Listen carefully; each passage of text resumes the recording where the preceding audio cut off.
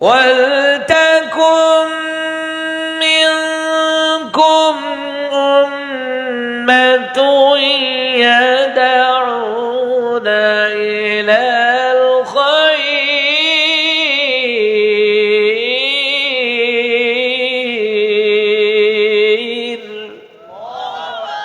আল্লাহ তাআলা বলেন, তোমাদের মধ্যে এমন একটা দল থাকার দরকার যেই দলটা ভালো কাজের ডাক দেয়।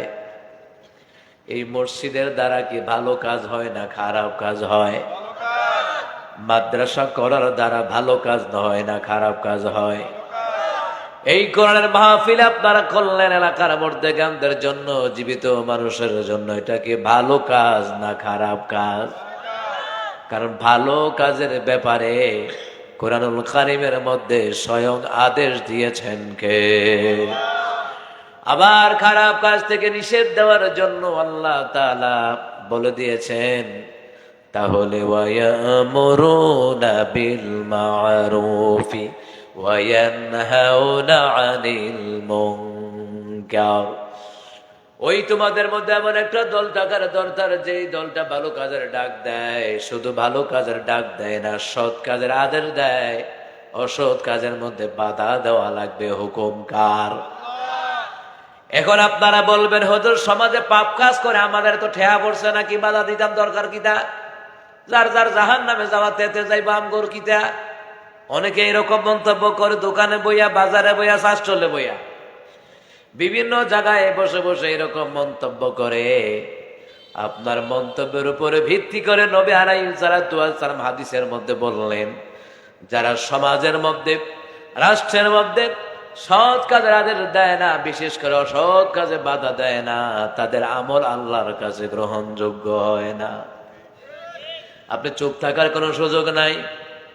বিয়ের অনুষ্ঠানে গান বাজনা হবে, চুপ থাকার কোনো সুযোগ নাই। বিয়ের অনুষ্ঠানে, সুন্নতে খতনার অনুষ্ঠানে কনসার্ট হবে, চুপ থাকার কোনো সুযোগ নাই।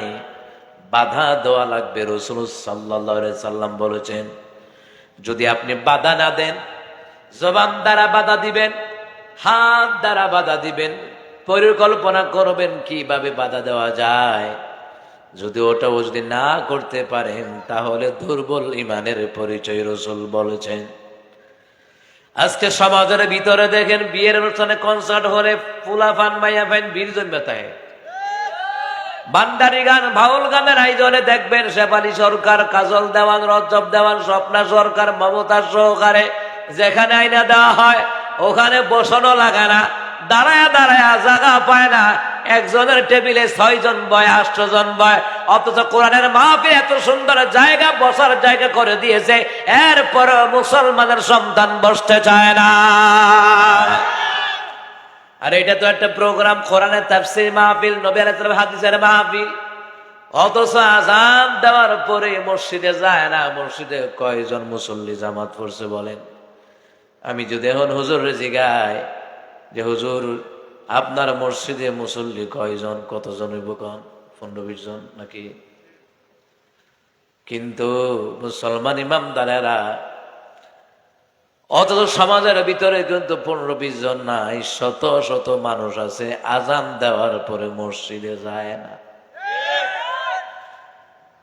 আসার সময় দেখলাম এক একটা শাস্ত্র হলে ফুলাফান বেড়াইট পর্যন্ত বীর জন্মা রয়েছে। জাফরগঞ্জের বাজারের মসজিদে এশারের নামাজ পড়লাম, এর আগে দেখলাম দেবিদ্যার বাজার বলেন, কোম্পানিগঞ্জ বলেন, আর জাফরগঞ্জ বলেন, দোকান পাটে মানুষের ভিড়াভিড়ি, অথচ আজান দিয়েছে, মসজিদের নামাজ পড়লাম, মুসল্লি নাই। আমার মনে হয় আল্লাহ জানে ফজরের নামাজে মনে হয় ইমাম আর মুয়াজ্জিন। কারণ আমার জীবনে বর্ডার এলাকায় যখন আমি ছিলাম, নামাজের মধ্যে যাইতাম, আমি তো ইমাম সাহেব কিতা করুন, ফজরের নামাজ রুমের মধ্যে পর্যন্ত দাঁড়ায় দাঁড়ায় আজান দিছি। মসজিদে খাইলা ঢুকবো গাড়া, জিনের সিফা খাইতাম, কেনা ঢুকবো মসজিদ, কেউ নাই, ওখানে জঙ্গল সব। 2002 সালের কথা বলতেছি। ও মুসলমান ইমানদার, 1997 সালে আড়াইবাড়ি মাদ্রাসায় ভর্তি হই। মুসলমান ইমানদাররা 2007 সাল পর্যন্ত পড়াশোনা করলাম, কিন্তু মুসলমান ইমানদারেরা চিন্তা করে দেখলাম ফজরের আজান দিলে দরজা খুললে দেখি শিয়াল দুয়ার হয়ে বই রইছে। আমি এখন মসজিদে গিয়ে আজান দিতে পারতাম না, এটাই বেলা রুমেতে আজান দিয়ে লাগে কেডা গিয়া শিয়ালের দৌড় খাইব আনতাছি। আর 2002 সালে তো বুঝে নেই বয়স কেমন, ভেবলা বেশি আছে, বুঝে নই তো। মুসলমান ইমানদারেরা ছোট মানুষ। ও মুসলমান, কত ফজরের নামাজে একা একা পড়ছি হিসাব নাই। আল্লাহু আকবার, আমার পিছে কেউ নাই, রুমই পড়ছি, মসজিদও গিতাম কেউ নাই। আর মসজিদ থেকে আধা কিলোমিটার দূর হয়েছে বাড়িঘর, কেটা যাইব। শিয়ালে একদিন দৌড়ানি দিছি, তে আর জীবনে মসজিদের নাম হইছে না। আমার দিনের বেলা দেখে হুজুর আপনি কি মসজিদ আইয়া ফজর পড়েন? আমি কই না, রুমও পড়ি, মুসল্লি নাই। আমি এখন কিটা করতাম, মরতাম। হুজুর আমার যেই দৌড়ানি দিছি, কোন মতে জানডা লইয়া বাইক গেছি।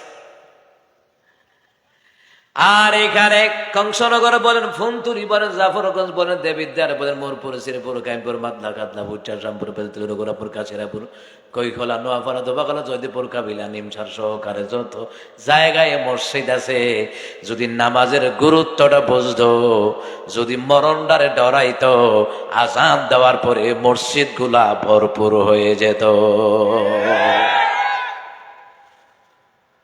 মুসলমান ইমানদারেরা, আপনি চিন্তা করতে পারেন, সৎ কাজে আদেশ দেওয়ার বেলা লোক নাই, অসৎ কাজে বাধা দেওয়ার বেলা লোক নাই। যারা এই সৎ কাজের আদেশ দেয়, বরং এদেরকে শত্রু মনে করা হয়। আপনি একজনকে বলেন ভাই দাড়িটি রাখেন, আরে বাবা এত যে খেপা একটা খেপবো। আপনি বলেন ভাই আসেন নামাজটা পড়েন, করে মিয়া নামাজটা পড়াম, লুঙ্গিটা ঠিক নাই। তার বলে লুঙ্গি ঠিক নাই, তো কিতা পড়ছ? গামছা। এরকম অনেক ইমামরা মুয়াজ্জিনটা কইতারবো, আর কিছু মুরব্বী কইতারবো, কেউ নামাজের কথা কইলে লুঙ্গিটা ঠিক নাই। আবার কি কই জানেননি? আবার কে ফজরটা পড়ছি না, জোহর কি ফরন যাইব? তো সহালে খাইছ, তা তো দুপুরে খাইবি কীর্তি, কথা কয় না, কিও ঠিক নেই। এইরকম ভণ্ডামি চলবে না, চলবে না। নবী আলাইহিস সালাম বলেন, এশারের নামাজ আর ফজরের নামাজ মুনাফিকদের জন্য কঠিন হয়, মুমিনদের জন্য সহজ করে দেয় কে? যারা এশারের নামাজ ফজরের নামাজ পড়ে মজা পায়, তাদেরকে জিগায়েন, ঘুমাইয়াও শান্তি লাগে, 2 ঘন্টা ঘুমাইলেও মজা লাগে। কথা কোন ঠিক কিনা? এই যে মুরব্বী বাবারা শিখারাইছে দেখেন, সারা রাত প্রোগ্রাম করি, ঘুমাইতে ঘুমাইতে রাইডের 3টা 4টা বাজ্যা জাগা, মাঝখানে 1-1.5 ঘন্টা থাকে। এমন ঘুম আল্লাহ দেয়, 1.5 ঘন্টার ঘুম মনে হয় 4 ঘন্টা ঘুমাইছে এমন মনে হয়। কারণ হইল আল্লাহ তাআলা মুমিনের ঘুমের মধ্যে নিয়ামত রাখছে, ঠিক কিনা? আমার যুবক কলিজার বাইরে, আজকেও দেখলাম যুবকদের হঠাৎ মৃত্যু, স্ট্রোক করে মারা যায়, অ্যাক্সিডেন্টে মারা যায় যুবক কলিজার বাইরা। নামাজ 1 ওয়াক্ত ছাড়া তাই কোনা। আমার মুরব্বী বাবারা, আপনাকে আমি বলি, আমি আব্দুল কাইয়ুম নিয়াজি আপনাকে কোরআন হাদিস রিসার্চ করে কথা বলি, আপনার সন্তান যেটা নামাজ পড়ে না, ওইটা আপনার সন্তান নয়। ওই সন্তান হলো সুসন্তান, যে নামাজ পড়ে, পিতা মাতার জন্য দোয়া করে, ওই সন্তান হলো আসল সন্তান। সুবহানাল্লাহ বলতেন না? নামাজের পরে সন্তান পিতা মাতার জন্য দোয়া না করে যাবে না। নামাজটা পড়তে গেলে রব্বিরহামহুমা কামা রাব্বায়ানি সগীরা, এই দোয়া শুধু মরার পরেই পড়ে না, মা বাপ জীবিত থাকলেও পড়া লাগে, মারা গেলেও পড়া লাগে। এই পিতা মাতার জন্য দোয়া কোরআনে শিখিয়েছেন কে? এত সুন্দর একটা ভালো কাজ, এই ভালো কাজের মধ্যে মানুষ গড়ে আসতে চায় না। কিন্তু মুসলমান যদি ভান্ডারি গান, বাউল গান হয়, ওখানে মাইকিং করার লাগে না। যদি হুনছে গান হইব, বেড়া বেড়ি পর্যন্ত ওই জায়গায় গিয়ে ভিড় জমায়। কথা গান ঠিক কিনা? কয়দিন আগে কসবার এক প্রোগ্রামও গেলাম, গিয়া দেখি দরবারের নাম হইল হুজুরিশা। কিতাসা? হুজুর ঈশা মুর্শিদ আমার হুজুর ঈশা কি মহিমা জানে, গলার মালা লাগাইয়া জোরে জোরে টানে হিমতে। জিকিরের নাম বলে হিমতে। নাউজুবিল্লাহ বলছেন না? টিকটকার শুক্কুর আলী বানাইছে ডিম দে, এতে বানাইছে ডিম।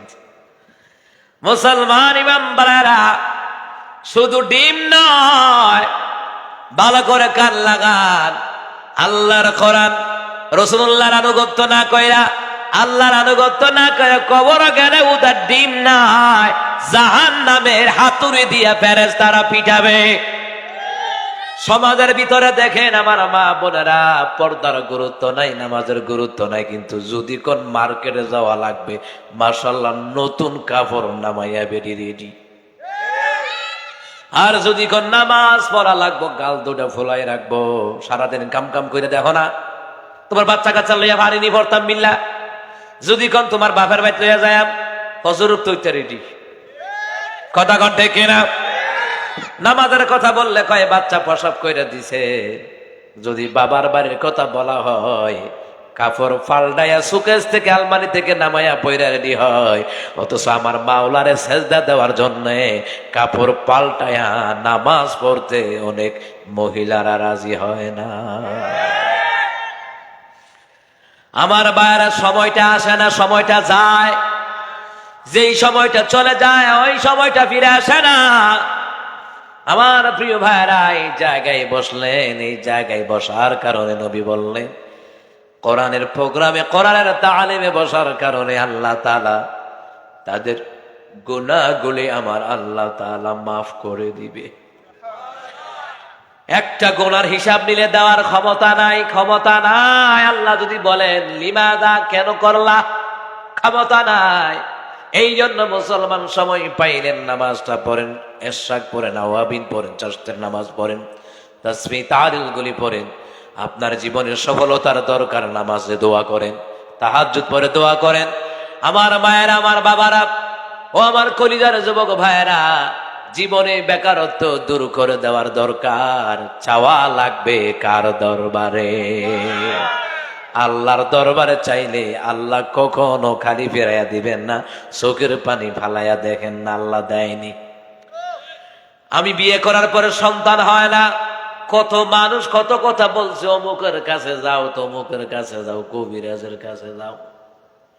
আমি বললাম না, আমার মাওলা যদি ঈসা রুহুল্লাহর বাপ সারা পাঠাইতারে, আল্লাহ আমাদেরকে সন্তান দিতে পারে, হাল ছাড়ি নাই। সুবহানাল্লাহ বলতেন না? মুসা কালিমুল্লাহর কাছে একজন মহিলা আসছে। মহিলা এসে কয়, মুসা দোয়া করেন আমার যেন সন্তান হয়। মুসা কালিমুল্লাহ জলিলুল কদর পয়গম্বর, জোরে বলুন তো, নরম না গরম?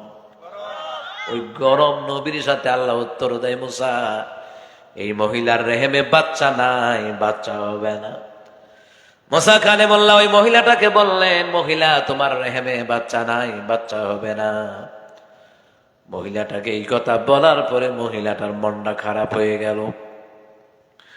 ও মুসলমান ইমামদারা, ঠিক 4-5 বছর পরে মুসার লগে দেখা করতে আসলো মহিলা। কয়, মুসা তুমি কইলা আমার রেহেমে বাচ্চা নাই, কিন্তু এই 3টা কই থেকে আইছে তুমি কও? এটা তো বিকাশে আনছি না, এটা তো ফেসবুকে ডাউনলোড দিছি না। এই 3টা আইলো কই থেকে মুসা? এ মুসা তুমি কইলা ওই তো না, এটা আইলো কই থেকে? এখন মুসা কালিমুল্লাহ এই কথা হই না, রাগ বাড়ছে না কমছে? মুসা রাগের ঠেলা সেজদা দিয়ে কয়, আল্লাহ সব দোষ তোমার, তুমি কও না না আমি কইছি বাচ্চা হইতো না। সুবহানাল্লাহ কইতেন না? কিন্তু মুসা কালিমুল্লাহ রাগী পয়গাম্বর হলেও আল্লাহর রাগটা নেয় না, আল্লাহ ভালোবাসাটা নেয়। সুবহানাল্লাহ বলবেন না? আল্লাহ কয়, মুসা ঠিকই কইছো। মুসা কয়, আল্লাহ তাহলে তুমি 3টা বাচ্চা দিলা কি? তুমি তো না করছো, এর লাগে আমি না করছি। আল্লাহ তাআলা বললেন, মুসা কালিমুল্লাহ শুনে নাও, এই মহিলার তকদির বড় খারাপ ছিল। হ্যাঁ আমিও দেখেছি তার রেহেমে বাচ্চা নাই। আমার কথাই তুমি মুসাও বলেছো বাচ্চা নাই, কিন্তু মহিলাটা চলে গেল মন খারাপ করে, কিন্তু মহিলাটা হাল ছাড়ে নাই। সুবহানাল্লাহ বলবেন না? আমার যুবক কলিজার বাইরে হাল ছাড়া যাবে না। নামাজ পড়তে থাকেন, তাহাজ্জুদ পড়তে থাকেন, দান সদকা করতে থাকেন, আল্লাহর কাছে দোয়া করতে থাকেন, হাল ছাড়বেন না। আল্লাহ তাআলা বললেন মুসা, মহিলাটা হাল ছাড়ে নাই, বারবার দোয়া করতো, বারবার দোয়া করতো। আনা ইনদাল মুনকাসিরাতি কুলুবুকুম, ভগ্ন হৃদয় অন্তর যাদের জর্জিত, মাওলার সাথে কালেকশন লাগায়া দেয়, আল্লাহ তাআলার দয়ার সমুদ্রের মধ্যে প্লাবন শুরু হয়ে যায়, সাথে সাথে মাওলা তার দোয়াটা কবুল করে নেয়। এই জন্য হাল ছাড়া যাবে না। আল্লাহর কাছে দোয়া করলে আল্লাহ সন্তানও দিবে, ভাগ্য বদলায়ও দিবে, বেকারত্ব দূর করে দেওয়ার ক্ষমতা আছে না নাই? এই জন্য আমার যুবক কলিজার ভাইয়েরা, মুরব্বী বাবারা, আমার মা বোনেরা, সন্তান হয় না হতাশা হবেন না, জমিনে ফসল কম হয় হতাশা হবেন না, বেকারত্ব যাচ্ছে না হতাশা হবেন না, ঋণ থেকে মুক্তি পাচ্ছেন না হতাশা হবেন না, সংসার উন্নত হয় না হতাশা হবেন না, বরং নামাজ পড়ে পড়ে দোয়া করবেন কার দরবারে? কিন্তু আমার দেশে ভাগ্য বদলাই তো বিল্লাহ কবিরাজের কাছে যায়। কার কাছে? মাই টিভিতে চ্যানেল আইতে বিজ্ঞাপন দেয়, ওই বিজ্ঞাপনওয়ালাদের কাছে যায়। আর বিজ্ঞাপনে এমন আকর্ষণ কইরা দেয়, আমরা না গিয়া পারতেন না। যাদের ইমান দুর্বল এরা না গিয়া পারেন। আপনি কি হতাশায় ভুগছেন? আপনি কি দাম্পত্য জীবনে সুখী হতে পারছেন না? আপনি কি লটারিতে বিজি হতে পারছেন না? আজই যোগাযোগ করুন লিটন দেওয়ান চিশতি, আপনার হাতের রেখা দেখে বলে দিতে পারবে বর্তমান ভবিষ্যৎ। জোরে কয় না নাউজুবিল্লাহ। আচ্ছা, বর্তমান ভবিষ্যতের ব্যাপারে জানেন কে? ভাগ্য বদলায় দেওয়ার ক্ষমতা কার? কবিরাজের পিছনে দৌড়ায়। হাত গণনার কাছে যায়। রহমতের নবী বললেন, যারা হাত গণনা করায় তাদের 40 দিনের আমল ইবাদত কবুল হয় না। তোর কি তার রাশি কো কুম্ভ রাশি, তোর কি কো বৃষ রাশি, তোর কি রাশি কুচ্চ রাশি, রাশির অবস্থা আল্লাহর কসম করে বলি, কোন ইবাদত আল্লাহর কাছে গ্রহণযোগ্য হবে না। কোন কোন কিতাবে আছে যে আপনার আমল কবুল হবে না। এই হাত গণনা করা বেশিরভাগ মহিলাদের মধ্যে বেশি। শালু কাপড় পরে আইছে, লাল কাপড় পরে আইছে, গলার মধ্যে জট লাগাই আইছে, কান বাবরি আর কি জট লাগাই আছে। বেরিয়া থেকে বাজার আমার পুত্রারা একটু দেখেন না, এবার দেখিয়া মাথাটা মুছা দিয়া কয়, সর্বনাশ, তার 3টা ভাড়া আছে, 2টা ভাড়া শেষ, আর একটা ভাড়া বাকি রইছে। ভাড়া বুঝছেননি মানে আপনার পুতের বিপদ। হাই রে খাইছে রে বাজান, কি করন? 2 ঘোড়া চাল দিয়ালা, ভাড়া কাটাই দেন, এবার কাটাই দিব। এই ভণ্ড ভণ্ড লোক গুলারে দইরা সরানের কাজ আছে। যদি সরাই দিতেন আর সমাজে এলাকায় ঢুকলো না। যদি কইতেন সরাইতাম কি রে, আপনি কইবেন আরেকজনের ভাড়া গন, তারে তো তার ভাড়াটা গণে না কিরে, আমি যে থাপ্পড় দেন। কথা কন ঠিক না? সব কিছুর ব্যাপারে চাইবেন কার দরবারে? আল্লাহ তাআলা বলেন, আমার বান্দা বান্দি যখন আমার কাছে যায় আমি আল্লাহ খুশি হয়ে যায়, আর আমার কাছে না চাইলে আমি আল্লাহ তাআলা বেজার হয়ে যাই। কারণ হলো আসমান এবং জমিনের মধ্যে যা কিছু আছে আল্লাহ বলতে চান, আসমান বানাইতে পারলাম, জমিন বানাইতে পারলাম, চন্দ্র সূর্য গ্রহ নক্ষত্র বানাইতে পারলাম, আমি আল্লাহ কি বান্দার ভাগ্য বদলাতে পারবো না? আমার তিলাওয়াত কি তো আয়াতে আল্লাহ কি বলেন শোনেন। আল্লাহ তাআলা বলেন, বিসমিল্লাহির রহমানির রহিম, ওয়ালিল্লাহি মা ফিস সামাওয়াতি ওয়া মা ফিল আরদ। আসমান এবং জমিনের মধ্যে যা কিছু আছে সবগুলি জোরে বলুন তো কার? ইয়াগফিরু লিমান ইয়াশা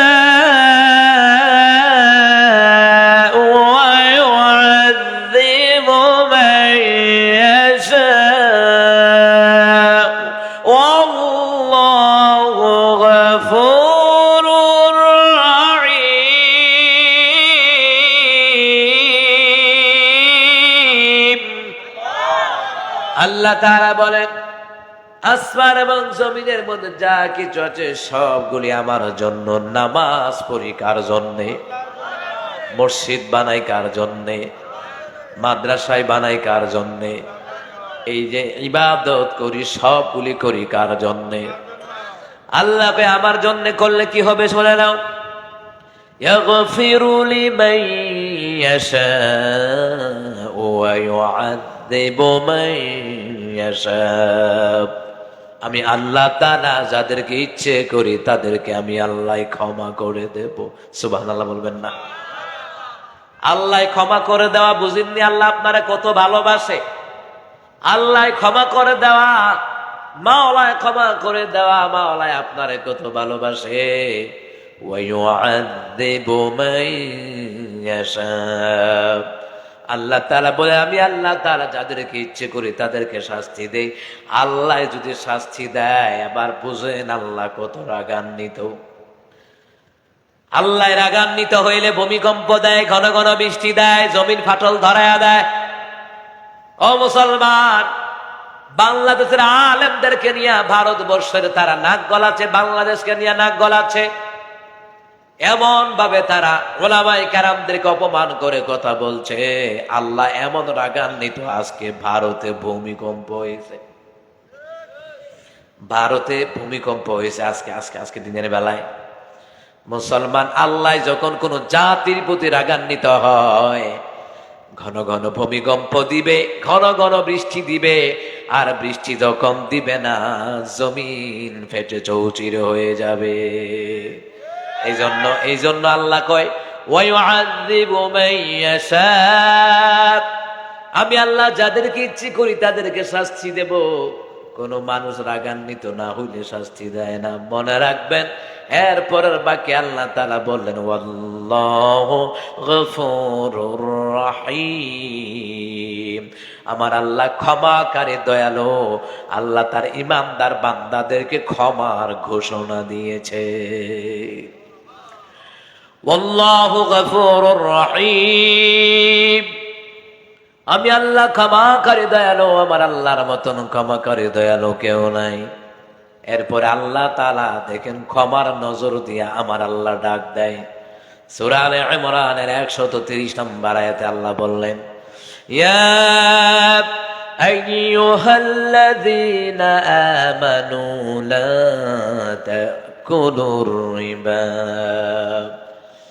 আদআফাম মুদাআফাতান ওয়াত্তাকুল্লাহা লাআল্লাকুম তুফলিহুন। আল্লাহ তাআলা বলেন, হে ইমানদারগণ, তোমরা চক্রবৃদ্ধি হারে সুদ খায়ো না। ওয়াত্তাকুল্লাহ, আমি আল্লাহকে ভয় করো।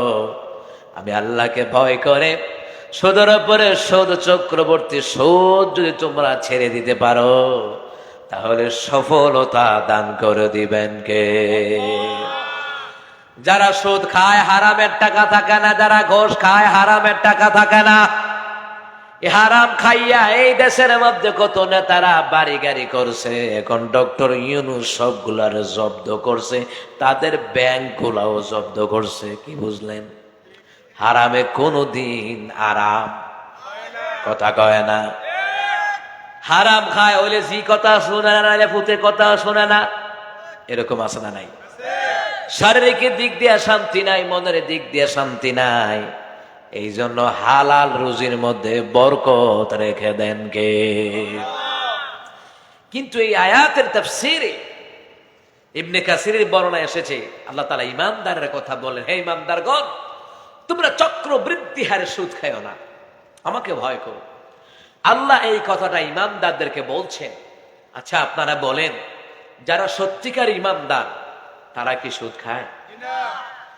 যারা সত্যিকারী নবী প্রেম তারা কি সুদ খায়? কিন্তু এখানে আল্লাহ ঈমানদারের কথা কেন বললেন?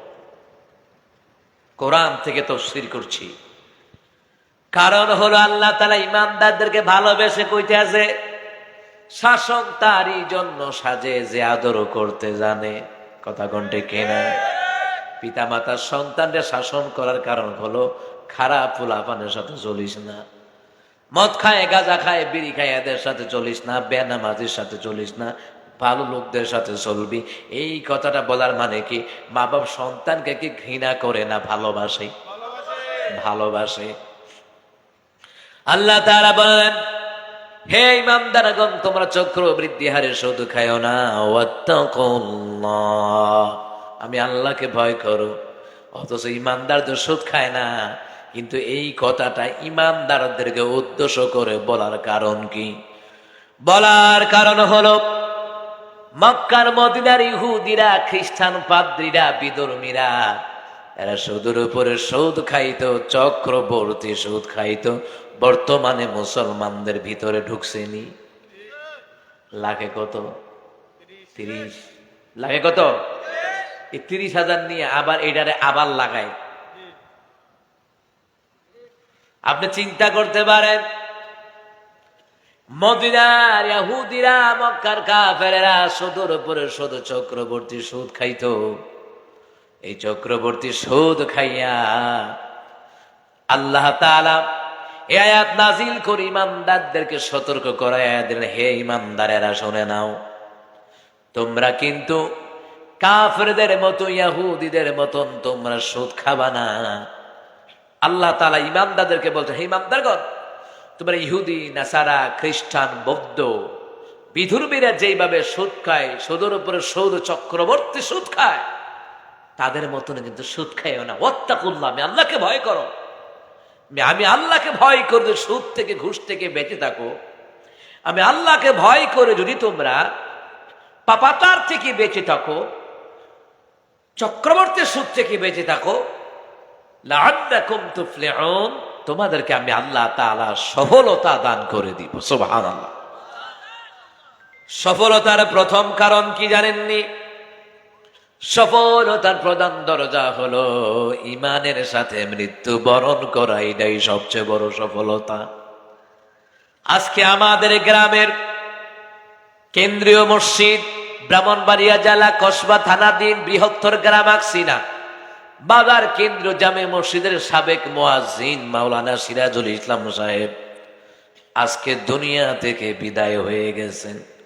এমন একজন মানুষ, আল্লাহ তাআলা ওনাকে জান্নাতের মাকাম দান করুন। কত ভালো মানুষ, আমলি মানুষ, আল্লাহওয়ালা মানুষ। ও মুসলমান, মসজিদের খেদমত করে গেছে। মুসলমান ইমানদাররা মসজিদ মাদ্রাসার খেদমত সবাই করতে পারে না। আল্লাহ যাদেরকে পছন্দ করে তারা ছাড়া করতে পারে না। এই যে ঈমানের সাথে মৃত্যুবরণ করা, এটা হলো সবচেয়ে বড় সফলতা। এই যে সবচেয়ে বড় সফলতা, ঈমান নিয়ে মৃত্যুবরণ করা, কালিমা নিয়ে মৃত্যুবরণ করা, আল্লাহ এবং তার রাসূলুল্লাহর আনুগত্য নিয়ে মৃত্যুবরণ করা, এটা হলো সবচেয়ে বড় সফলতা। এই জন্য আল্লাহ কয়লা আল্লাকুম তুফলিহুন, যাতে করে তোমরা সফলতা অর্জন করতে পারো। এই জন্য সুদ খাওয়া যাবে না, ঘুষ খাওয়া যাবে না। কথা কন না কেন? আরে মুসলমান যত মানুষ দেখছি সুদের উপরে টাকা নিয়ে বিদেশে যায়, সুদের উপরে টাকা নিয়ে অটো রিক্সা, সিএনজি পর্যন্ত কিনে, সুদের টাকা আইন না। অথচ যা ইনকাম করবো সবগুলি হারাম হয়ে যাবে। সুদের বাট্টা বাড়ার একটা কারণ আছে।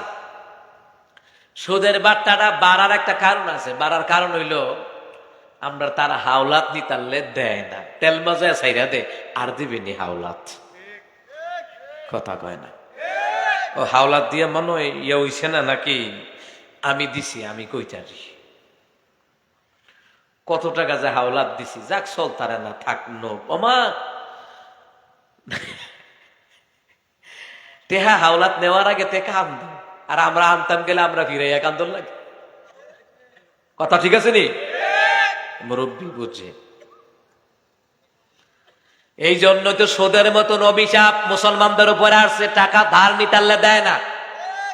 মানুষ যদি ওয়াদা ঠিক রাখতো তাহলে সমাজের ভিতরে সুদের মতন জঘন্য গুনাহ বাড়তো না।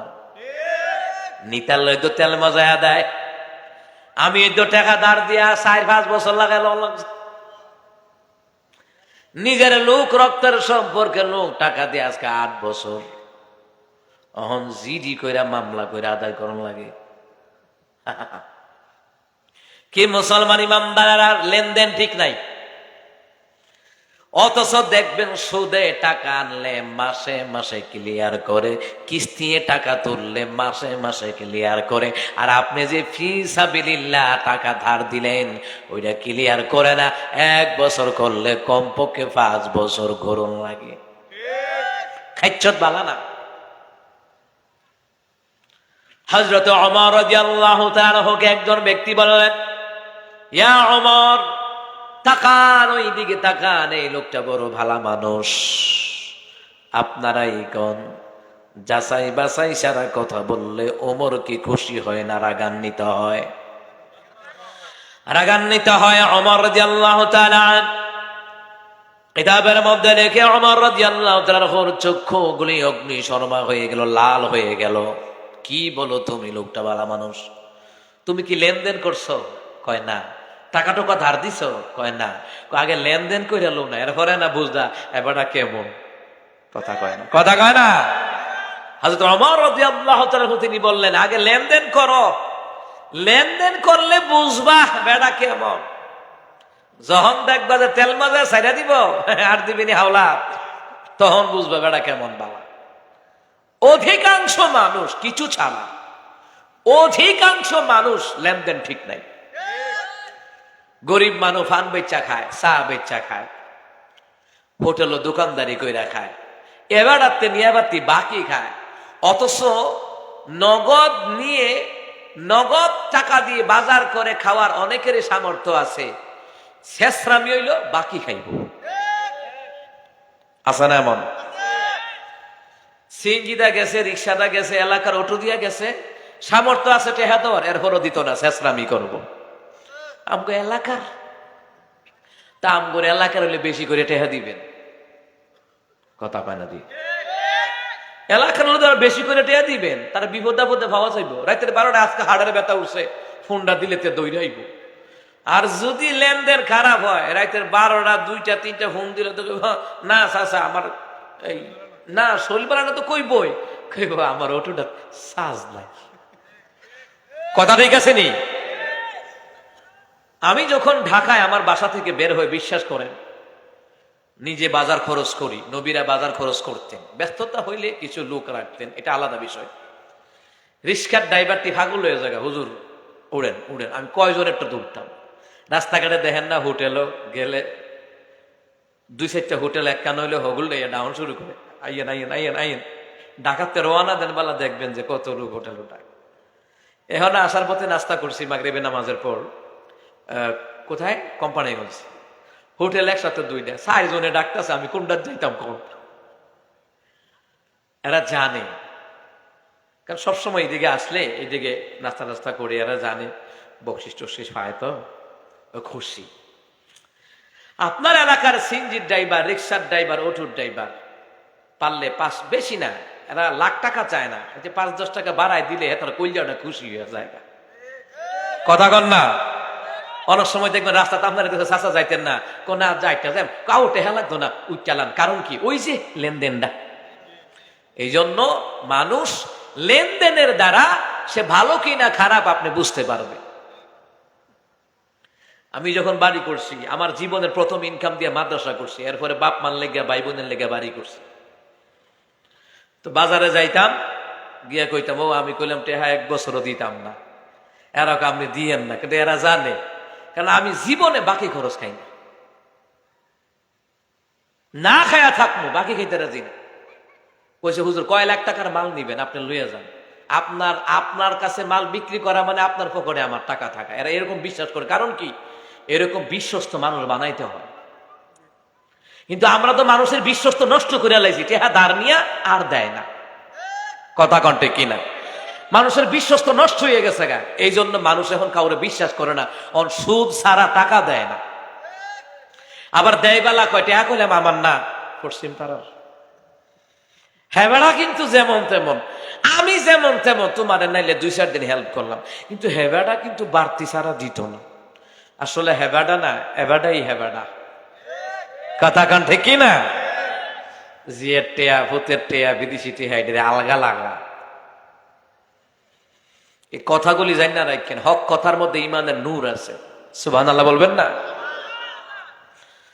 আমার বন্ধুরা, আমার বাবারা, এই জন্য হারামে কোনোদিন আরাম নাই। পরের ক্ষেতের আইল খেলা এই অভ্যাস আসেনি এলাকা, আপনার এলাকাত নাই, আমগো এলাকাতে আছি। বাবার সাথে জমিনে যাই দেখাশোনা করে, ও মাইনা কোন ইচ্ছা পশ্চিম আর দক্ষিণ হয়ে রয়েছে, আব্বা এটা কিতা কিতা করাম ঠেলে। হুজুর মানুষ হইছি ও, এই জন্য কোনো কিছু গ্যাঞ্জাম লাগলে কিছু কইতারি না, কইলে আবার কয় মোল্লা বালা না, ঠিক না? ওই মুস্তাদ কই যে হুজুরে কইতো তুই আমার ধাক্কাস ধাক্কাস বালা কথা, লুঙ্গির ধরে টানতে লাগবি। মানে বর্তমান সমাজে আপনি নরম হইয়া থাকবেন, উফরাইয়া পড়ব, কথা কোন ঠিক কিনা? আপনি চিন্তা করেন মুসলমান কেমনে চলবেন? সমাজের মানুষ, অধিকাংশ মানুষ সুদ খেয়ে ঘুষ খেয়ে দুর্নীতি করে তাদের ইমানদার নষ্ট করে ফেলেছে। আপনি ন্যায় কথা বলবেন, গুরুত্ব নাই। এই দেশের জমিনে এখনো স্বৈরাচারের উত্তর শরীরে আছে। আপনি দোষ করছেন না, কিন্তু স্বীকার করুন লাগবে। কথা কয় না, কথা কয় না, আছে না নাই? আপনার দোষ নাই, স্বীকার করুন লাগবে আপনার দোষ। এই হইছে বর্তমান সমাজের ভিতরে। আওয়ামী লীগ খালি দুর্নীতিবাজ না, আরো দুর্নীতিবাজ আছে। আপনার দোষ না থাকলেও দোষ স্বীকার করুন লাগবে। দোষ নাই, কোন যুক্তি আমি দোষ স্বীকার করব? কথা কোন? এইখানে মাহফিলে আসলাম, আমি ইচ্ছা করে আসছি, ইচ্ছা করে গ্যাঞ্জাম লাগাইলে আমার দোষ, কিন্তু দাওয়াত দিয়ে আনছেন, দাওয়াত দিয়ে আনছেন, আমি এখানে আসি নাই। এরপরও যদি কেউ ভেজাল লাগায়, এটা কি আমার দোষ না যে লাগায় তার দোষ? দাওয়াত দিলি কা? মসজিদের ইমাম সাহেবরে মূল্যায়ন না করতে পারলে রাখ লেখা, মসজিদের মুয়াজ্জিন খতিব সাহেবকে মূল্যায়ন না করতে পারলে কে বলছে ওনারা দাওয়াত দিতে? কোন কাফের বেঈমান যদি আপনার এলাকায় আসে, রাসূলের হাদিস হলো আপনার মেহমান। যেই কোনো মেহমান এলাকায় আসে, আল্লাহর পক্ষ থেকে রহমত নিয়ে আসে। সুবহানাল্লাহ। আজকে মাহফিল উপলক্ষে অনেকের ঘরে মেহমান আইছে, জিগার আইসেনি? আইসেনি? অনেকের ঘরে মেহমান এসেছে। রাসূল বললেন যেই ঘরে মেহমান যায়, এক নাম্বার আল্লাহর পক্ষ থেকে রিজিক নিয়ে যায়, দ্বিতীয় নাম্বার আল্লাহর পক্ষ থেকে রহমত নিয়ে যায়। এই জন্য মেহমানদারি করলে হায়াত বাড়ে, রিজিক বাড়ে। সুবহানাল্লাহ বলবেন না? আর আমার বাসায় ঘন ঘন মেহমান আয়ে, অথচ কত নিজের লোক পর্যন্ত ঠিটকারি দেয়, তার বাসা বাড়িটা হোটেল বানাই লাইছে, অথচ জানে না খাওয়াইলে কমে না, বাড়ায় খেয়ে। আমার শ্বশুরের ঘরটা, আইরে মেহমান, আমার শাশুড়ি থাকতে, আইরে মেহমান, কদিন ভরে ভরে মেহমান, কদিন ভরে ভরে মেহমান, কিন্তু কখনো মন বেজার করতো না। অথচ আল্লাহ তাআলা ঠিকই তাদের জমি জমা সম্পত্তি আরো বাড়ছে। সুবহানাল্লাহ কয় না? এদের মেহমান আসলে খুশি হইবেন, মেহমান আসলে কি হইবেন? কিন্তু আমার দেশে একটা সমস্যা আছে। সমস্যা হইল, মেয়ের জামাইয়ের বাড়িতে মেহমান আইলে ফ্যামিলির তারা খুশি, ফুলার হৌর বাড়িতে যদি মেহমান আইয়ে তারা বলে শৈলবালা তাহেন। ছেলের হৌরে গিয়ে ডাইকা তরুণ লাগে, বিয়াই উডেন না, বিয়ের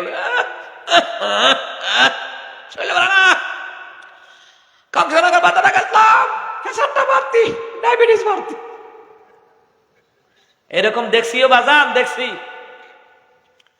আড়াইবাড়ি মাদ্রাসায় পড়াকালীন এত বছর দেখছি অনেক জায়গায় আড়াইবাড়ি হুজুরে কইতো ওই বাড়িতে লজিং থাক, ওই মসজিদে লজিং থাক, লজিং থাকা ইমামতি করতাম, নামাজ পড়াইতাম, আবার মাদ্রাসাকে ক্লাস করতাম। কত রকমের দেখছি।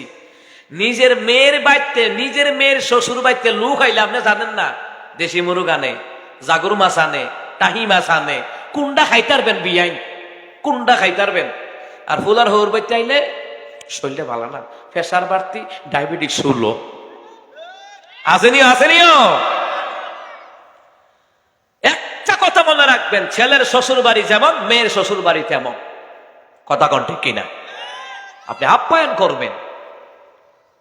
মেয়ের হৌর ভাই দাওয়াত না দিলে মাসাল্লাহ জায়গা তারা দুজনে মিললা, আর ফুলার হৌর ভাই দাওয়াত দিয়া তেল মাই কেউ নি তারা না, খালি ডিমান্ডে উঠে, মাসাল্লাহ ডিমান্ডে উঠে। এরকম ফ্যামিলি আছে দেখছি আমি।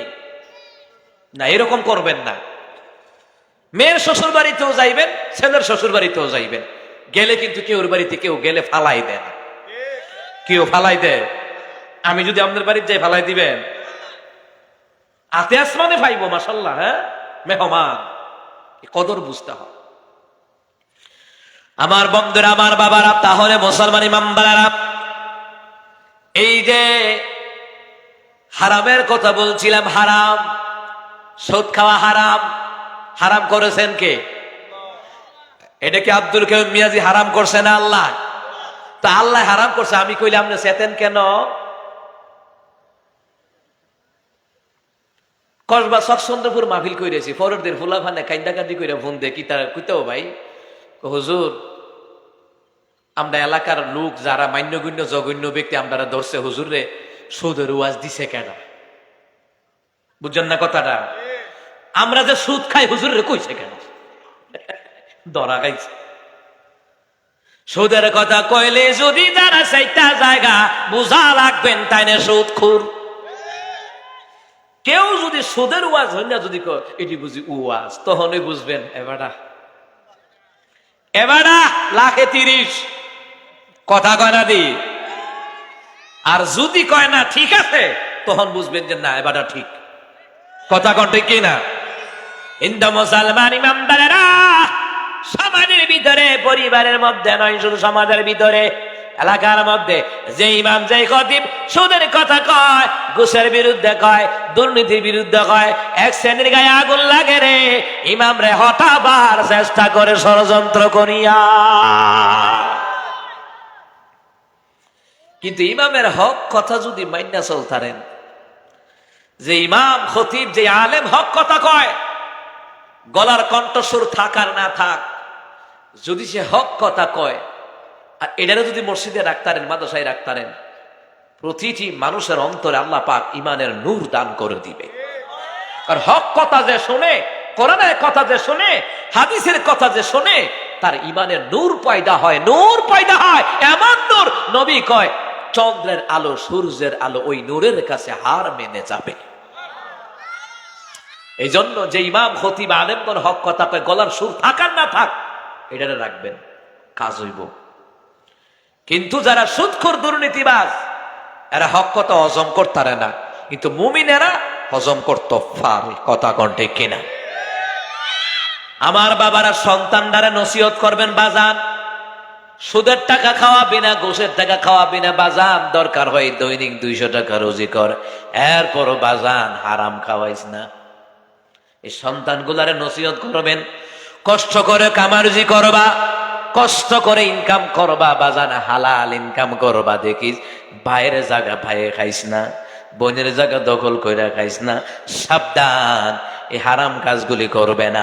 সব সময় সপ্তাহে একদিন হইলেও ছেলে মেয়েরে নসিহত করবেন, ছেলের বউরে নসিহত করবেন, মানতো না কিতাবার, মেয়েরে নসিহত করবেন, ছেলেরে নসিহত করবেন। নবী আলাইহিস সালাম পারিবারিক বৈঠক বসতেন, ছেলে মেয়েদেরকে, স্ত্রীদেরকে নসিহত করতেন। আজকে নসিহত না করার কারণে অনেক ছেলে মেয়ে দিন দিন নষ্ট হয়ে যাচ্ছে। আপনি নসিহত করেন না, একবার, দুইবার, তিনবার, 50 বার, 100 বার নসিহত করেন না, একবার না একবার এটি তার কানে বাজবো। মা বাপ যখন থাকবো না তখন খেয়াল করবা, আরে আম্মা এই কথাটা কইছিল, আব্বা এই কথাটা কইছিল, হুজুর এই কথাটা কইছিল, আমাদের মুরব্বী এই কথাটা কইছিল, এটা মনে রাখবো, তার দিলে বাজবে। কখন যে কার কথায় মানুষ পরিবর্তন হয়ে যায় বলা যায় না। আজকের মাহফিলে এতক্ষণ যে কোরআনের আয়াত দিয়ে তাফসীর করছি, একটা কথাও যদি আপনারা মানতে পারেন, এলাকার মুর্দার এলাকাবাসী সার্থক হয়ে যাবে, এই মাহফিল সার্থক হয়ে যাবে। গত পরশুদিন রাতে ঢাকা প্রোগ্রাম ছিল, এক লোক ফোন দিয়া কান্নাকাটি করে, হুজুর আমি অন্য রাস্তার লোক ছিলাম, গান বাজনা কন, সুদ কন, নাইস গান কন, মদ জুয়া কন, কোনো কিছু বাধা ছিল না। হুজুর আপনি গাজীপুর ফুলবাড়িয়ার মাহফিলে একটা গান বাজনার বিরুদ্ধে ওয়াজ করেছিলেন, হুজুর ওই ওয়াজটা হই না আমি এমন ডরাইছি। সূরা জুমার থেকে তাফসীর করছিলাম, সূরা লোকমান থেকে 6 নম্বর আয়াতের উপরে তাফসীর করছিলাম, লোকটা ফোন দিয়ে কান্নাকাটি কইরা কয়, হুজুর আমি আপনার একটা কথার দ্বারা পরিবর্তন হইছি, মসজিদের জন্য জায়গাও দিছি, নিজের টাকায় দোতলা ফাউন্ডেশন দিয়া নিচতলা কইরা ওলাইছি। তো কার কথায় কে পরিবর্তন হয় বলা যায় না। আমি আবার কথাগুলি রেকর্ড করে রাখছি। আহারে কার কথার দ্বারা কে যে পরিবর্তন হয়ে যায় বলা যায় না। মুসলমান ইমানদারেরা, এই জায়গায় আপনারা এতক্ষণ বসে বসে কোরআনের তাফসীর শুনছেন, এটা আমার জন্য না, এটা আল্লাহ রাসূলের জন্য, ঠিক কিনা? এটা আমার জন্য, এটা আল্লাহ রাসূলের প্রেমে। মুসলমান ইমানদার একটা লোক যদি দাড়িওয়ালা হয়, নামাজি হয়, ভালো পথে ফিরে আসে, এই মাহফিলটা সার্থক হয়ে যাবে। কথা কোন ঠিক কিনা? আর এতক্ষণ যে আপনারা শুনলেন, এই কথাগুলি শ্রবণ করার কারণে আপনাদের গুনাহগুলির মাফ করার ব্যাপারে ঘোষণা দিয়েছেন কে? এই জন্য আমার প্রিয় বাবারা ভাইয়ারা, হারামের সাথে কোনো সম্পর্ক নাই। মুসলমান হারাম খায়, জমিনে কাজ করে খান তবুও ভালো। আমি আমার বাবার সাথে জমিনে কাজকর্ম করে বাবার সাথে পড়াশোনা করছি আড়াইবাড়ি মাদ্রাসায়। নিজের জমি জামা, আব্বারে সময় দিতাম সকাল 9টা পর্যন্ত, সময় দিয়া 10টার সময় মাদ্রাসায়, আবার 4টার সময় আইসা আবার আব্বার সাথে কাজ করতাম। মুসলমান ইমামদারেরা, এই যে এই এলাকার যারা কৃষি কাজ করে, কুমিল্লাবাসী যারা কৃষি কাজ করে, এরা কি কোনোদিন না খাইয়া আছে নাকি? কথা কোন আছে নাকি? না না, কেউ বলতে পারবে না এই কৃষি উৎপাদনের মধ্যে বরকত আছে না নাই? এই পৃথিবীর জমিনে সর্বপ্রথম যিনি কৃষি উৎপাদনের কাজ করেছেন কে বলেন তো? বাবা আদম সফিউল্লাহ। সুবহানাল্লাহ বলতেন না? বাবা আদম সফিউল্লাহ এই কৃষি কাজ উৎপাদনের ব্যাপারে তিনি কিন্তু ওনার ভূমিকা ছিল। ও মুসলমান ইমানদাররা, হালাল ইনকাম করবেন, হালাল খাবেন, হারাম খায় এদের সাথে সাবধানে চলবেন। যারা হারাম খায় ওরা আপনার বিপদে ফালাইতে সময় লাগতো না। যারা হারাম খায় তার মধ্যে মানবতা নাই ভাই। আপনি যত কথাই কন, কথায় কথা তর্ক লেগে আপনারা মেরে নেব, যেটা আপনার ব্রাহ্মণবাড়ি হয়ে জায়গা আর কি 6টি আর কি একটা মেরেলা সাধারণ জিনিস নেই। আমার ভাইয়েরা, কারোর সাথে তর্কে যাবেন না, দরকার নাই। শালা কইছে, দুলাভাই কই দরকার আই পড়বে, দরকার নাই। কারণ বর্তমান পরিস্থিতি ভালো নয়। রসুল বলছেন কিয়ামতের পূর্বে ফিতনার দরজা খুলে যাবে, সাধারণ জিনিস মানুষকে মারবে। ওলামাই কেরাম আছে জিজ্ঞাসা, রসুল 1500 বছর আগে বলেছেন একজন আরেকজনকে মারবে, কেন মারছে হেও জানে না, ওই বা কেন খুন হয়ে মরল হেও জানে না। রসুল বলেছেন এই বর্তমান এই প্রেক্ষাপট চলছে, সাধারণ জিনিস নিয়ে আমার এই তর্ক মামলা মোকদ্দমা আছে না নাই? দরকার নাই, তর্কে যাওয়ার দরকার নাই। তুই আমার ঠগাইছস, যা ঠগালে ঠগাইছস। আমি আমার মাওলার কাছে কইলাম, আমারে ঠগাইবি একবার, তুই ঠকবি জায়গায় জায়গায় বারবার। কথা কয় না? মাওলার কাছে দিয়ে রাখবে। আমার বন্ধুরা, আমার বাবারা, এই জন্য আল্লাহ সুবহানাহু ওয়া তাআলা হারাম থেকে বাঁচতে বললেন। আজকে সুদের লেনদেন নিয়েও মামলা মোকদ্দমা আপনাদের এলাকায় আছে কিনা জানি না, আমাদের ব্রাহ্মণবাড়ি আছে। সুদের লেনদেন নিয়ে আমার এই মামলা মোকদ্দমা, এত ওয়াজ মাহফিল হয়, সুদ ছাড়তে পারে না। এটা কি মাহফিল কমিটির ব্যর্থতা নাকি যে ছাড়তারে না তার ব্যর্থতা? যে ছাড়তারে না তার ব্যর্থতা। কিছু আমার কাছে বুজুর্গ লোক আছে যারা মাহফিল করায়, এদেরকে কয় হে এখলাস নাই, মাহফিল করায় এখলাস নাই। তো তোর এখলাস আছে? এবার তো ফাটতেছে যে সবার জন্য একটা কোরআনের প্রোগ্রামের আয়োজন কইরা হেদায়েতের বাণী শোনাবার জন্য সুযোগ কইরা দিছে। ঠিক নি কথা না? নাহলে এবার ঠেয়া লেগে রয়েছে, দরকার আছে। উনি যে আয়োজনটা কইরা দিল দিনের কথা শোনার জন্য, তুমি যদি পরিবর্তন হতে না পারো তোমার ব্যর্থতা, এটা মাহফিল কমিটির ব্যর্থতা নয়। কথা কন ঠিক না? আবার কয় বক্তার এখলাস নাই, তো তোর এখলাস আছে। যার এখলাস নাই তে মনে করে সকলের এখলাস নাই। কথা কন ঠিক কিনা? ফেসবুক মুফতি কিছু আছে তো ফড়র করে ফেসবুকে, অমুকের এখলাস নাই, তমুকের এখলাস নাই। মনে হয় যে এখলাসের ডিলারশিপ হেরে দিয়া লাইছে আল্লাহ। কার এখলাস আছে না নাই জানেন কি? একজন ইহুদিকে একজন সাহাবী হত্যা করতে আইছে।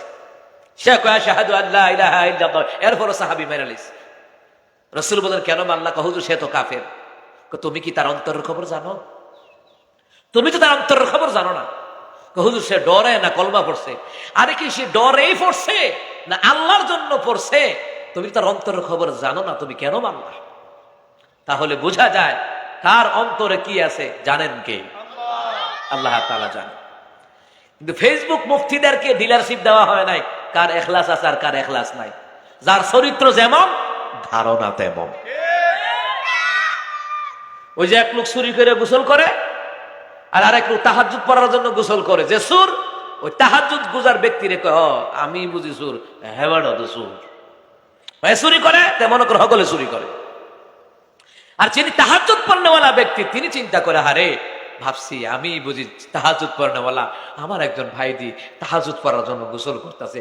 যে ভালো তার ধারণা ভালো, যে খারাপ তার ধারণাও খারাপ। মুসলমান ইমানদার, এই জন্য হারাম থেকে বাঁচবেন, সন্দেহ থেকে বাঁচবেন। কোন জিনিস শুনলে যাচাই বাছাই করন লাগবো, দুই পক্ষের কথা শোনান লাগবো। এক পক্ষের কথা শুনে যারা রায় দেয় এরা হচ্ছে হাসিনার মতন জালেম।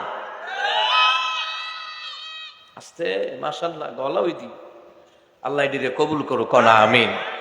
এদি আয়া যে বইছে এডির মতন কত বুইরা বুইরা বেড়ায় দিয়া দেন শাস্ত্র লইয়া বিড়ি খায়, ডাইনাতে বিড়ি বাম হাতে চা খায়। এইগুলাই দেখবেন আগামী প্রজন্মের ভবিষ্যৎ। আলহামদুলিল্লাহ কম দোয়া করতেন এলাকাবাসীর লেগিয়া। আপনার এলাকার যুবক এদের জন্য দোয়া করবেন, সবার জন্য দোয়া করবেন, সবাই কবরবাসীর জন্য দোয়া করবেন সবাই।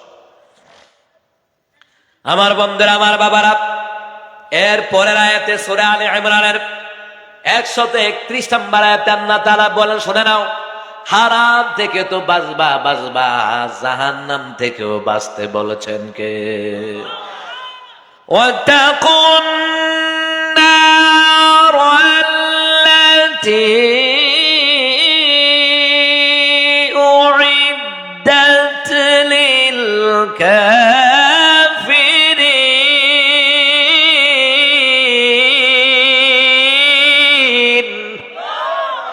আল্লাহ তাআলা বলেন হারাম থেকে তো বাঁচবা, চক্রবর্তী সুদ থেকে বাঁচবা তো বললাম। ওয়াত্তাকুন নারাল্লাতী উইদ্দাত লিল কাফিরিন, ওই জাহান্নাম থেকে বেঁচে থাকো যেই জাহান্নাম আমি আল্লাহ তাআলা কাফেরদের জন্য বানালাম।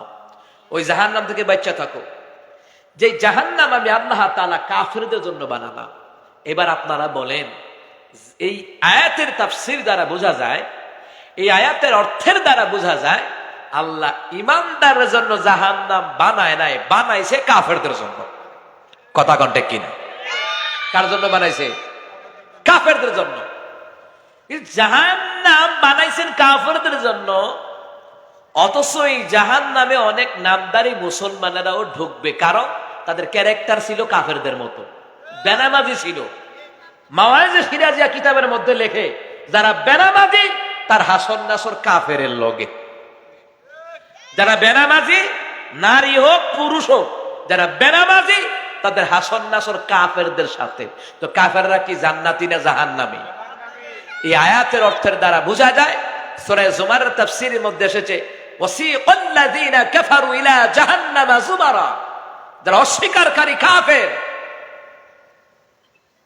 যারা বদআমলী, যারা পাপাচার, এদেরকে টেনে টেনে জাহান্নামের দিকে হাঁকিয়ে হাঁকিয়ে নিয়ে যাওয়া হবে। যারা অস্বীকারী, নামাজকে অস্বীকার করে, পর্দাকে অস্বীকার করে, হারামকে অস্বীকার করে। এই জন্য মুসলমান ইমানদার জাহান্নাম থেকে বাঁচতে বলেছেন। শুধু তাহাই নয়, আল্লাহ সুবহানাহু ওয়া তাআলা কোরআন কারীমের মধ্যে বললেন, ইয়া আইয়ুহাল্লাযীনা আমানু কু আনফুসাকুম ওয়া আহলিকুম নারা। হে ইমানদারগণ, তুমি নিজে জাহান্নামের আগুন থেকে বাঁচো, তোমার পরিবার বর্গদিগকে জাহান্নামের আগুন থেকে বাঁচাও। এখন কি বাপ মায় নামাজ পড়লেই চলবো? ছেলে মেয়ে নামাজের কথা বলার দরকার আছে না নাই? আপনি নিজে নামাজ পড়ে জাহান্নাম থেকে বাচ্চা যাবেন গা? ফুলাটাতে নামাজ পড়ে না, মায়েরা যে নামাজ পড়ে না, ও মুসলমান ইমানদারেরা, এই আয়াতের দ্বারা কি বোঝা যায়? নিজেও নামাজ পড়ে জাহান্নাম থেকে বাঁচবো, ছেলে মেয়েদেরকেও নামাজি বানিয়ে তাদেরকেও জাহান্নাম থেকে বাঁচানোর জন্য স্বয়ং বলেছেন কে? অথচ এই কথাটা মানতে রাজি না অনেকেই। কিন্তু সরকার যদি কয় আগামী 14 দিন হোম কোয়ারেন্টাইনে থাকবে, করোনা ভাইরাস আইতাছে, এইটা আবার মাইনা চলবে। আমার মাওলা যে কইছে জাহান্নাম থেকে বাঁচন লাগবো, ওইটার গুরুত্ব নাই। কথা কন্টে কিনা? ওইটার কোনো গুরুত্ব নাই। আপনি দেখবেন সরকার যখন লকডাউন দিল, কি ডাউন? কয় সালে? 2019 লকডাউন দিছে, হোম কোয়ারেন্টাইনও দিছে।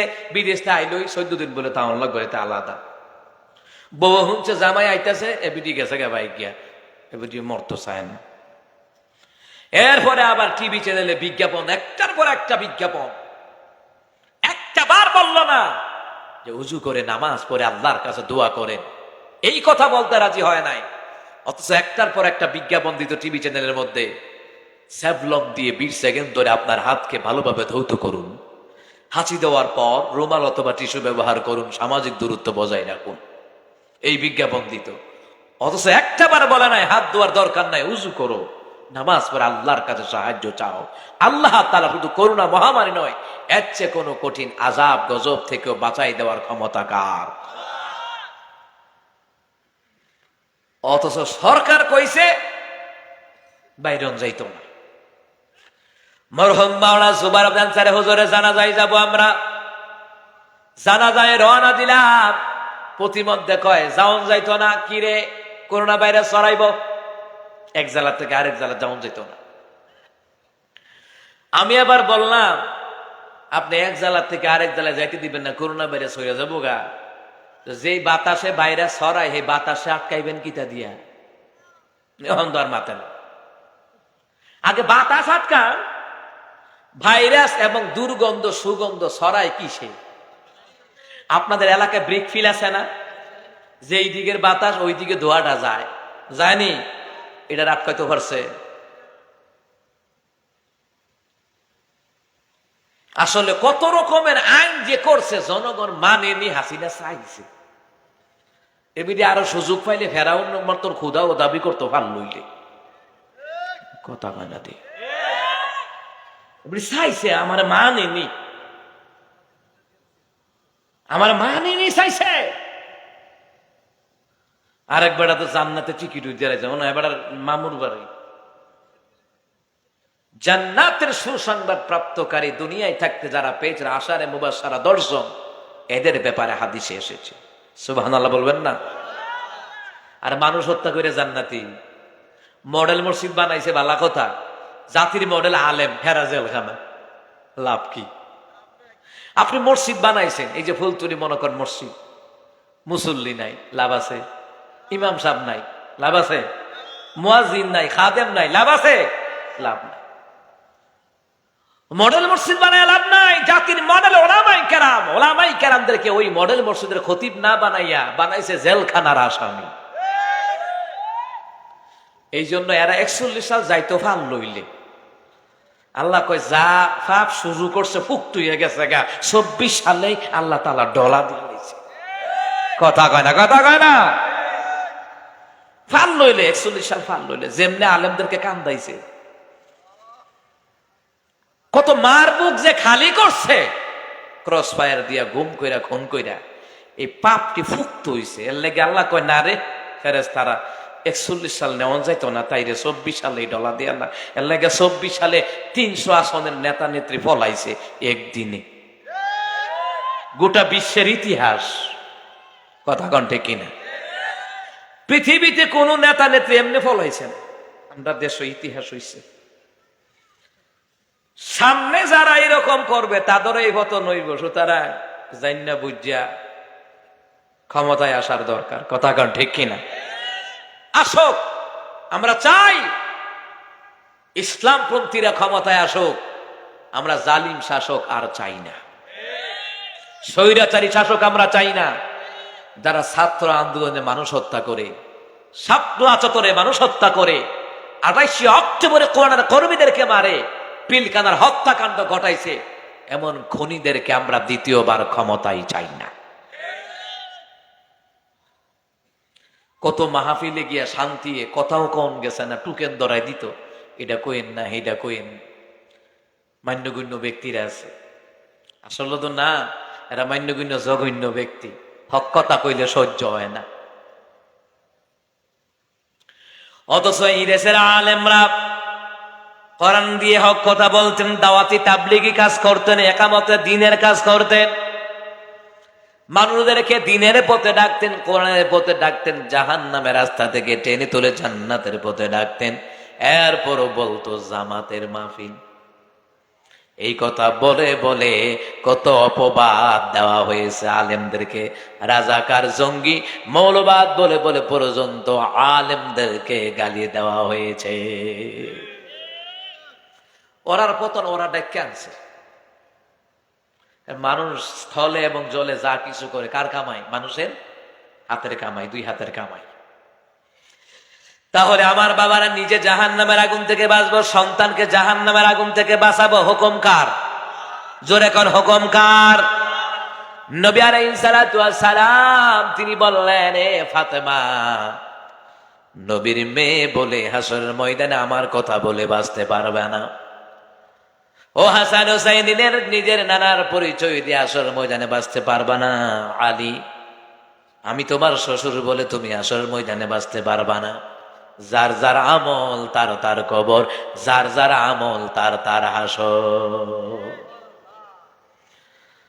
নবী আলাইহিস সালাম বলেন, হে ফাতেমা, হে আলী, হে হাসান হুসাইন, আল্লাহ তাআলা কোরআনুল কারীমের মধ্যে বলে দিয়েছেন, ইয়া আইয়ুহাল্লাযীনা আমানু ও আনফুসাকুম ওয়া আহলিকুম নারা।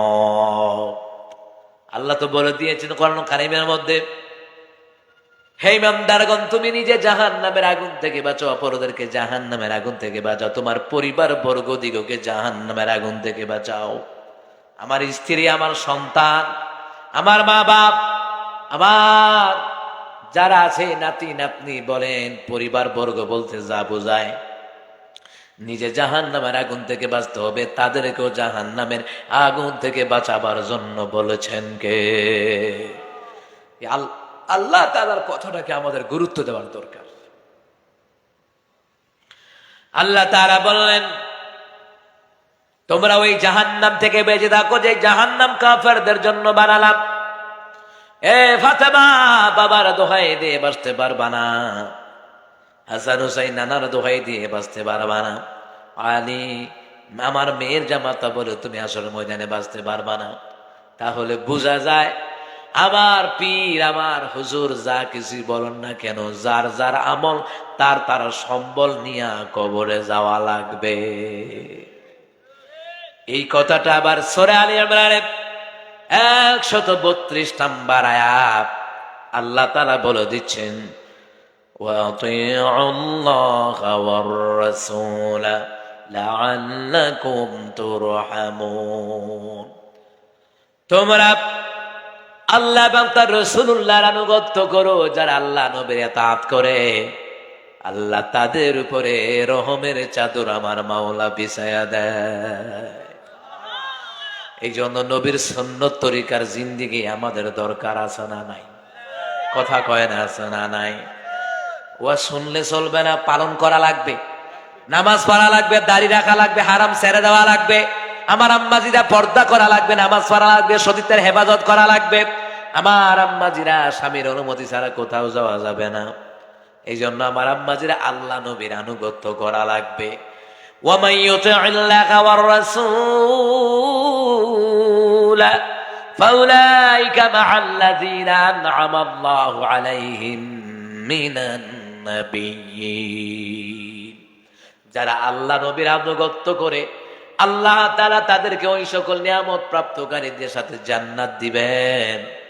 আল্লাহ তাআলা বলছেন, ওই নিয়ামত প্রাপ্তকারীদের সাথে প্রথম কাতারে, প্রথম নম্বরে যিনি থাকবে তিনি হলো মুহাম্মাদুর রাসূলুল্লাহ সাল্লাল্লাহু আলাইহি ওয়াসাল্লাম। সুবহানাল্লাহ বলতে ইচ্ছে করে না? যারা আল্লাহ নবীর আনুগত্য করবে তাদেরকে আমার নবীর সাথে আল্লাহ জান্নাত দিবেন, ওই সকল নিয়ামত প্রাপ্তকারীদের সাথে জান্নাত দিবেন। এক নাম্বার যারা হলো আম্বিয়ে কারাম, দ্বিতীয় নাম্বার যারা হলো সিদ্দিকানে আজমাইন, তৃতীয় নাম্বার যারা হলো শুহাদায়ে কারাম, চতুর্থ নাম্বার যারা হলো আমাল ও সালেহ নেককার ব্যক্তিবর্গ। সুবহানাল্লাহ বলবেন না? ومن يطع الله والرسول فأولئك مع الذين أنعم الله عليهم من النبيين والصديقين والشهداء والصالحين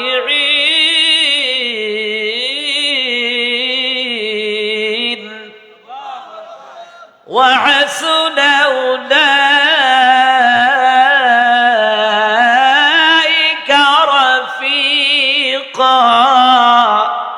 আল্লাহ তাআলা বলেন, দুইটা কাজ যারা করবে, আল্লাহ এবং তার রাসূল সাল্লাল্লাহু আলাইহি সাল্লামের আনুগত্য যারা করবে, আল্লাহ তাআলা তাদেরকে ওই সকল নিয়ামত প্রাপ্তকারীদের সাথে জান্নাত দিবেন যারা হলো আম্বিয়ায়ে কেরাম। সুবহানাল্লাহ।